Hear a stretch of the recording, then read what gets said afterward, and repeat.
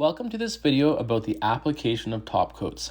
This video will cover the application of waterborne base coat and low VOC clear coat. This video, however, does not discuss the color matching process, which is another topic altogether. This vehicle will be painted in this video. The color matching has already been completed, including spray out cards. This vehicle has been repaired, primed, prepped, and eventually masked before the painting process. Before the vehicle even went into the paint booth, the vehicle was blown off thoroughly and cleaned very well with a waterborne cleaner. After all of the masking has been completed, the vehicle needs to be cleaned.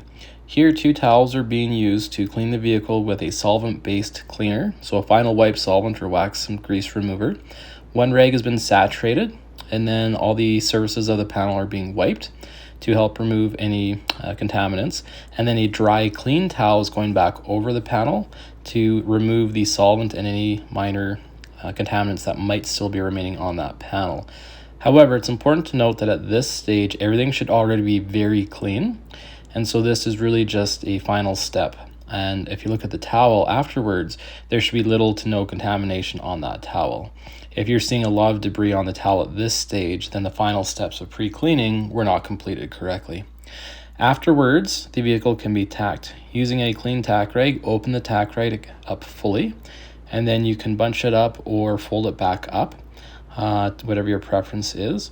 And then you're going to go over the panel and wipe the tack rag over to remove any minor dust or lint from the cleaning towels. Again, at this stage, everything should be very clean. If you're getting a bunch of colors and sanding dust on this tack rag, then again, you didn't do your pre-cleaning very well, and you could wind up with a dirty paint job. Make sure to clean all the areas that you'll be spraying, including the jams, edges, etc. Even though those areas may seem like they're less critical, including the masking in this particular case, any dust or debris or lint on those could blow up into the paint job.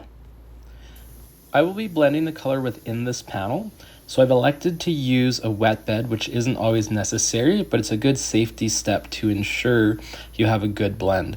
The wet bed is a clear base coat that's applied over the panel, and it will give you a nice bed or area to blend into, especially in the areas where you'll have your overspray from your blend.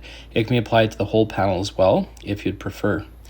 I may have the paint gun now with the base coat in it, and of course I've already set the gun up, and I'm spraying a spray out card for color matching. Of course, I've already matched the color. This is just an additional card to make sure that I follow the same steps and procedures. You'll also notice the spray out card has the same primer undercoat color as the car. I'm spraying the edges first, and then starting from the bottom up, which is important with waterborne with the downdraft booth to prevent overspray. And then if you watch the speed, distance, and overlap, I have an appropriate first coat of color on there. Now this is waterborne base coat, and so with that, you'll see the panel is very wet. And as it dries here, the drying process occurs through dehydration. So I'm using a blower or venturi, which accelerates the amount of air blowing over the panel. It's important when using a venturi, whether it's one you're holding by hand or using on a stand or something incorporated into the booth, that it doesn't move too quickly. If we move the venturi quickly, it's going to change the air pressure and can create low pressure regions, which can actually draw dirt or dust into the panel if there's any present. So if you are going to move it slowly, hold it back a fair distance, and keep in mind that the venturi should be held at an angle that's similar to the direction of air blowing in the booth. So because this is a downdraft booth, air blows from the ceiling and then exits out the floor, so I'm making sure that the air is blowing in a similar pattern. As the base coat starts to dehydrate and the water comes out, you will see that it will get a matte or satin sheen or finish to it. So we are slowly starting to see it dry. It's important that we completely dehydrate this between coats, otherwise trapping water will give us issues with color matching because this is metallic and pearl color, as well as giving issues down the road with things like solvent pop and delamination. After the first coat, we can then go to the second coat. Remember when doing a spray out card that the spray out card is treated the exact same way as the car. So again, same undercoat, same pressure, application, gun distance, speed, overlap. On my second coat, I'm also doing a little bit of material on all the edges, and then applying the coat just a little bit past the first one. So you'll see that I am arcing the gun a little bit on the end to blend the color out, but it's not excessive arcing or excessive fanning. If I do excessive amounts, it will create a lot of gritty, dry overspray, especially with waterborne base coat. So the application was very similar to the first coat. Now remember that you always need to refer back to the technical data sheet for the product that you're spraying with regards to the application. Some waterborne base coats or solvent base coats may be applied a little bit differently than this particular product, but this is just showing you the basic application. After the second coat, I am getting the Venturi back and dehydrating the coat once again before I put any more on. Now, the question, of course, is how many coats do I need?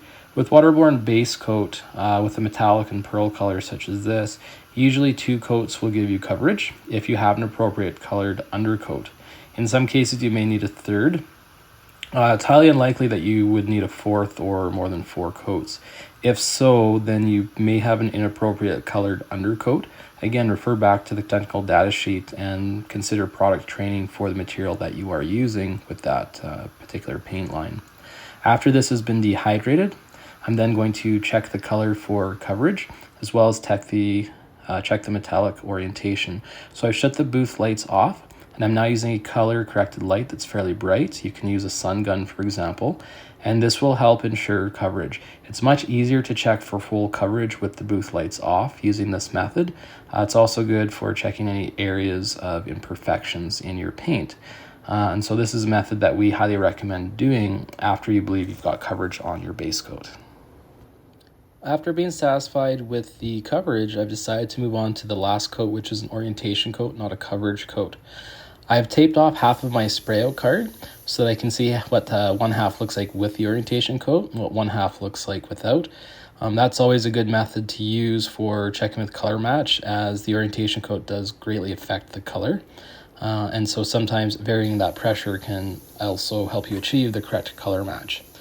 So I'm going over here with a little quicker speed, making sure I still have a tight overlap. And I'm also making sure that the gun distance is increased a little bit for the application of the orientation coat.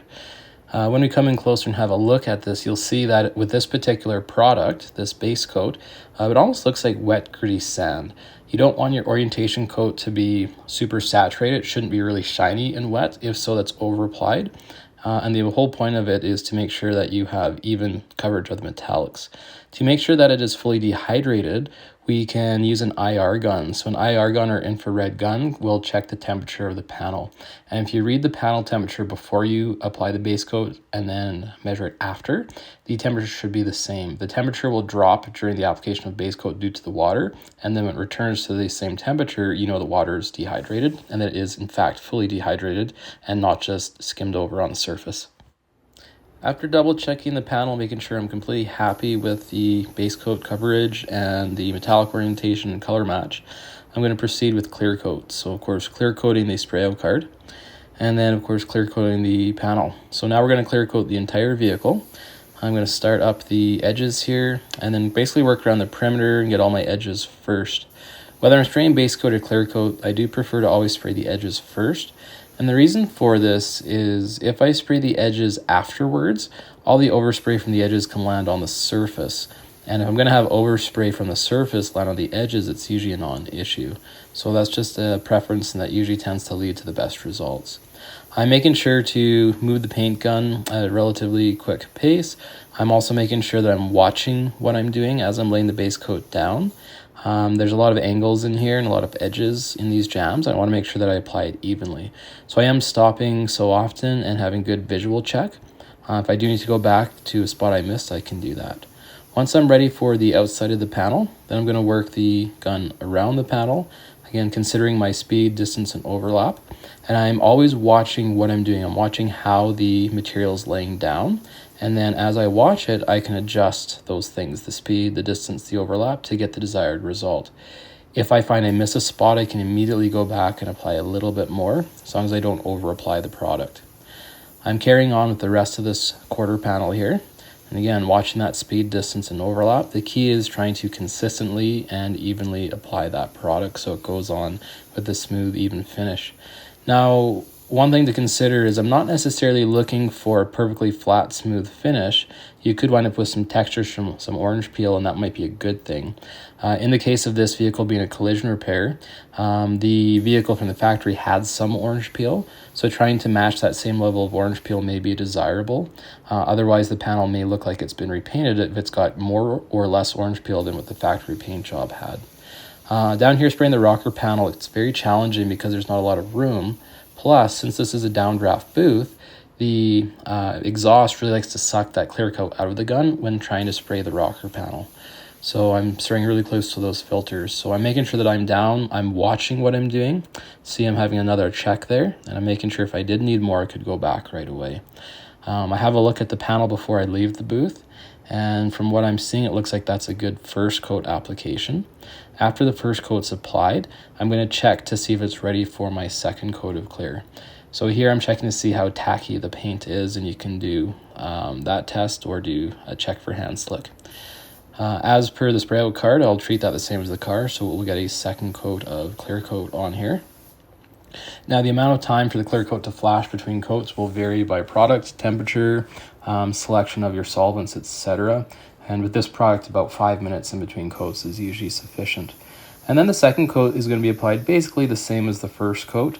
Getting all those edges and everything first, making sure I work the gun around, watching the speed in this particular case. And again, using my eyes really well to make sure that I am getting good coverage on all these areas. As I continue with the spraying process throughout the jams, I'm going to basically repeat the process I did on the first coat. But remembering that this is my last coat of clear, usually 2 coats of clear is all that's required. And so I want to make sure I get everything nice. One thing to consider too is you probably want to avoid doing more than 2 coats of clear with most products, as if you do go to more coats, for example 3 or 4 coats of clear, you could apply excessive mill build, which can actually cause the paint to become weak and brittle, could trap solvents, cause delamination issues or other defects.